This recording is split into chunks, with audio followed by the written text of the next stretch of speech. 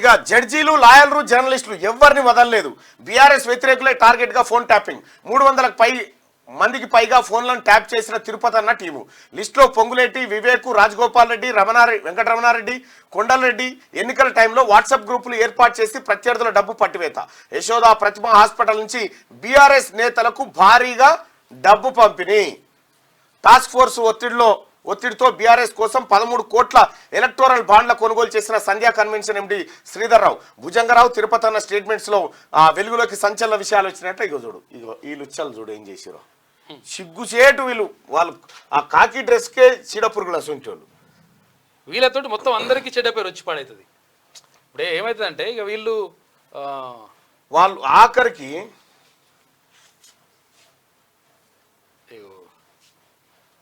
ఇదే confusion statement.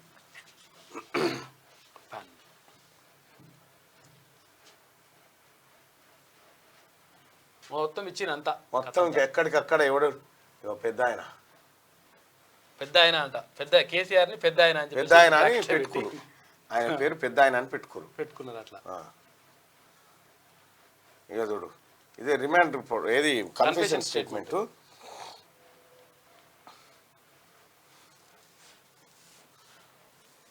Shravan Kumar, Harish Rao గారి హస్తం కూడా మంచి గట్టిగానే ఉంది. ఇగో similarly in the month of August 2021, Chintapandu Naveen at Teenmar Mallanna, a freelance news reader on YouTube, was arrested by as in the instructions of SIB chief in some extortion case booked against him in Chilkalguda area. He is a severe critic of CM KCR Peddayana and used to irritate him with his continuous criticism of KCR, his family members and government policies.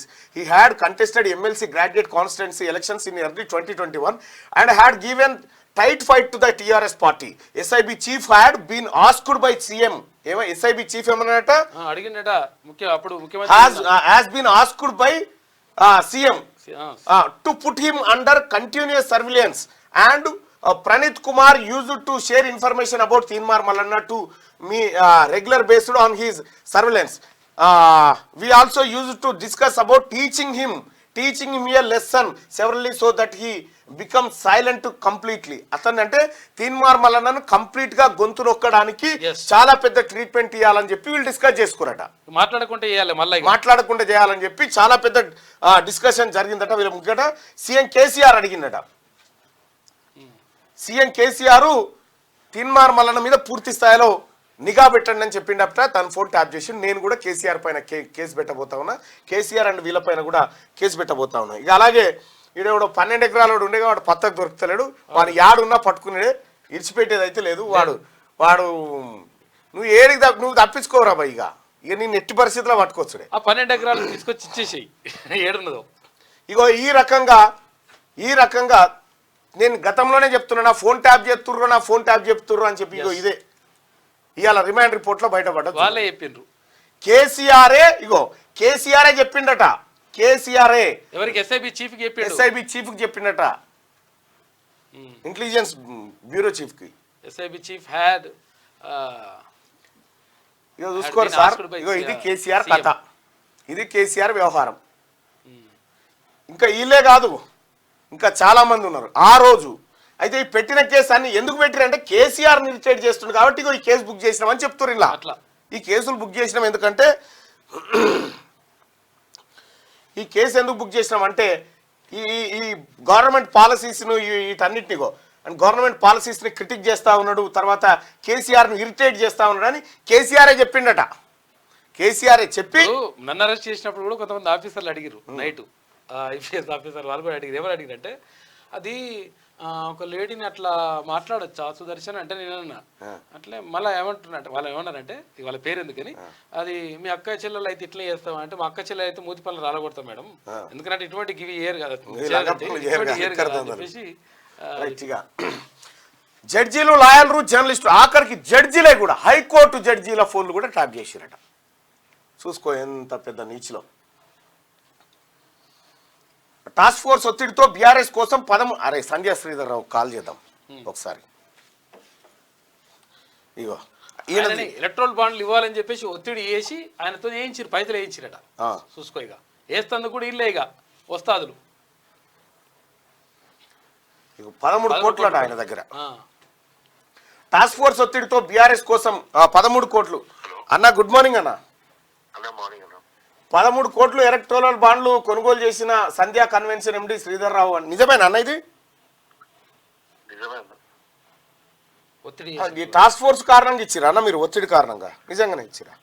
Task force TV5 Sambasivarao ఇక పిల్లల్ని ఫ్యామిలీని కూడా భయపెట్టి బెదిరించేసరికి police station పిలిపించినాను. మా Mrs ని బెదిరించేసరికి చూడిగా task force TV5 Sambasivarao ఎందుకు ఉంటాడు ఇలా?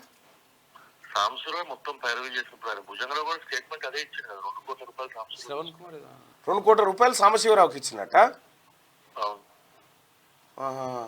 ఏం జరిగిందన్న ఆ రోజు? అసలు నిన్ను ఏ కేసులో ఇబ్బంది పెట్టిరు?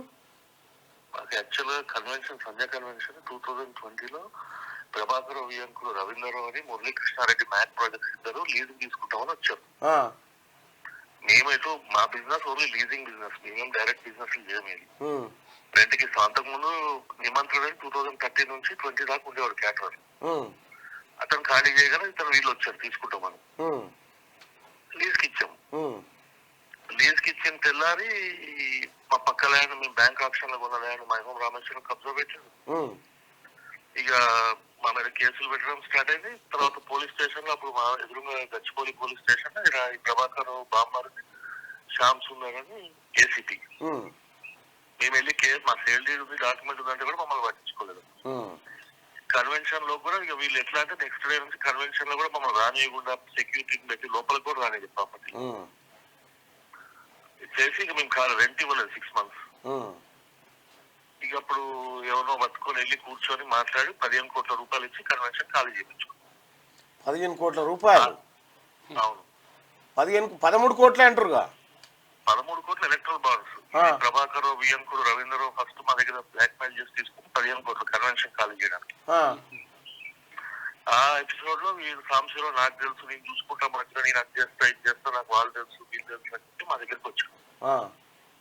నాకు పెట్రోల్ బంక్ పెట్టేయండి సార్, నేను ఇవన్నీ చూసుకుంటాం, ఇవన్నీ ప్రాపర్టీలు కాపాడతా, ఇవన్నీ మేము ఇష్యూస్ చూసుకుంటాం, మిమ్మల్ని ఎవరు రా మీరు కమ్మ సామాజిక వర్గం మిమ్మల్ని ఇక్కడ బతకనేరు, ఇది ఇక్కడ తెలంగాణలో మీరు ఆంధ్ర వాళ్ళు అది ఇది అని చెప్పి తెలంగాణ ఆంధ్ర ఫీలింగ్ అట్లా ఇట్లా తీసుకొచ్చి చెప్తే మేము కూడా సరేలే ఉంటాడు కదా మీడియాలో ఉన్నాడు పవర్ఫుల్ పర్సన్ అనుకొని నమ్మేం అతను వచ్చినాకే మాకు అసలు ఈ ప్రాబ్లమ్స్ అన్ని స్టార్ట్ అయ్యాయి. మీరు ఇప్పుడు కన్ఫెషన్ స్టేట్మెంట్ లో ఇష్యూ వచ్చింది కదా మీకు సంబంధించి, మరి ఇప్పుడు గవర్నమెంట్ మారిన తర్వాత మీరు ఏమైనా కేసు కూడా పెట్టారన్న? మేము కేసు ఆల్రెడీ 2 కేసులు పెట్టాము, 2 కేసులు ఫైల్ అయినాయి సంవత్సరం. ఇప్పుడు ఈ టాస్క్ ఫోర్స్ సిబ్బంది మీద వెళ్ళి కేసు పెట్టాము, కానీ ఇంకా కేసు రిజిస్టర్ కాలేదు. మీరు మరోసారి ప్రయత్నం చేయకపోయినారా? చేస్తాండి తప్పకుండా. ఓకే అన్న, థ్యాంక్ యూ. శ్రీనివాస్ గౌడ్ సాంబశివరావు కలిసి మమ్మల్ని బెదిరించి ఎలక్ట్రల్ బాండ్స్ ఇచ్చారు. ఏది మన మహబూబ్నగర్ తుపాక్సీనా? అవును. అమ్మా అచ్చా, ఓకే ఓకే, పెద్దగానే ఉంది. నేను చెప్తా అన్న. సరే థ్యాంక్ యూ. మీరు ఒకసారి టైం ఇవ్వండి మదన్ గారు. అరే మీరు మార్నింగ్ న్యూస్ కి రండి అన్న. Advance congratulations. మీరు మాకు రాబోయే ఎమ్మెల్సీ మీలాంటి వాళ్ళు వచ్చినా కనీసం మాకు న్యాయం జరుగుతుందని ఆశిస్తున్నాను. తప్పకుండా అన్న, మీ అందరి ఆశీర్వాదంతో, ప్రజలందరి ఓటర్లందరి ఆశీర్వాదంతో గెలుస్తాననేటువంటి నమ్మకం ఉంది. చూద్దామన్నా 5 తారీఖు రోజు. రైట్, థ్యాంక్ యూ అన్న. రైట్, అది ఇది కథ చూసిరా. యాక్చువల్గా 15 కోట్ల రూపాయలు ఇక్కడ డీల్ నడిచిందట. ఆయన కన్వెన్షన్లకు పోయి కబ్జా పెట్టి 15 కోట్లు ఇస్తే ఇడిపిస్తామని ఖాళీ చేస్తామని కాల్ చేసిరట. ఇలా 13 కోట్ల రూపాయలు టీఆర్ఎస్ పార్టీకి బాండ్ల రూపంలో పోయినాయి. ఓ రాయనకి ఇలా కథలు చూస్తే వీళ్ళు ఇప్పట్లో వెళ్ళారు. కేసీఆర్ కుటుంబం ఫోన్ ట్యాపింగ్ వ్యవహారంలో సంచలన విషయాలు వెలుగులోకి వస్తున్నాయి. బీఆర్ఎస్ వ్యతిరేకులే టార్గెట్గా గత ప్రభుత్వ పెద్దలు చేసిన కుట్రలు ఒక్కటొక్కటిగా బయటపడుతున్నాయి. రాష్ట్రంలో బీఆర్ఎస్ను 3వసారి అధికారంలోకి తేవడమే లక్ష్యంగా ప్రత్యర్థుల ఫోన్లను ట్యాప్ చేయించినట్టు వెల్లడైంది. సొంత పార్టీ నేతలతో పాటు ప్రతిపక్ష లీడర్లు, పోలీసు ఉన్నతాధికారులు, హైకోర్టు జడ్జీలు, లాయర్లు, జర్నలిస్టులు, ప్రైవేట్ వ్యక్తుల ఫోన్లను కూడా ట్యాప్ చేయించినట్టుగా తేలింది.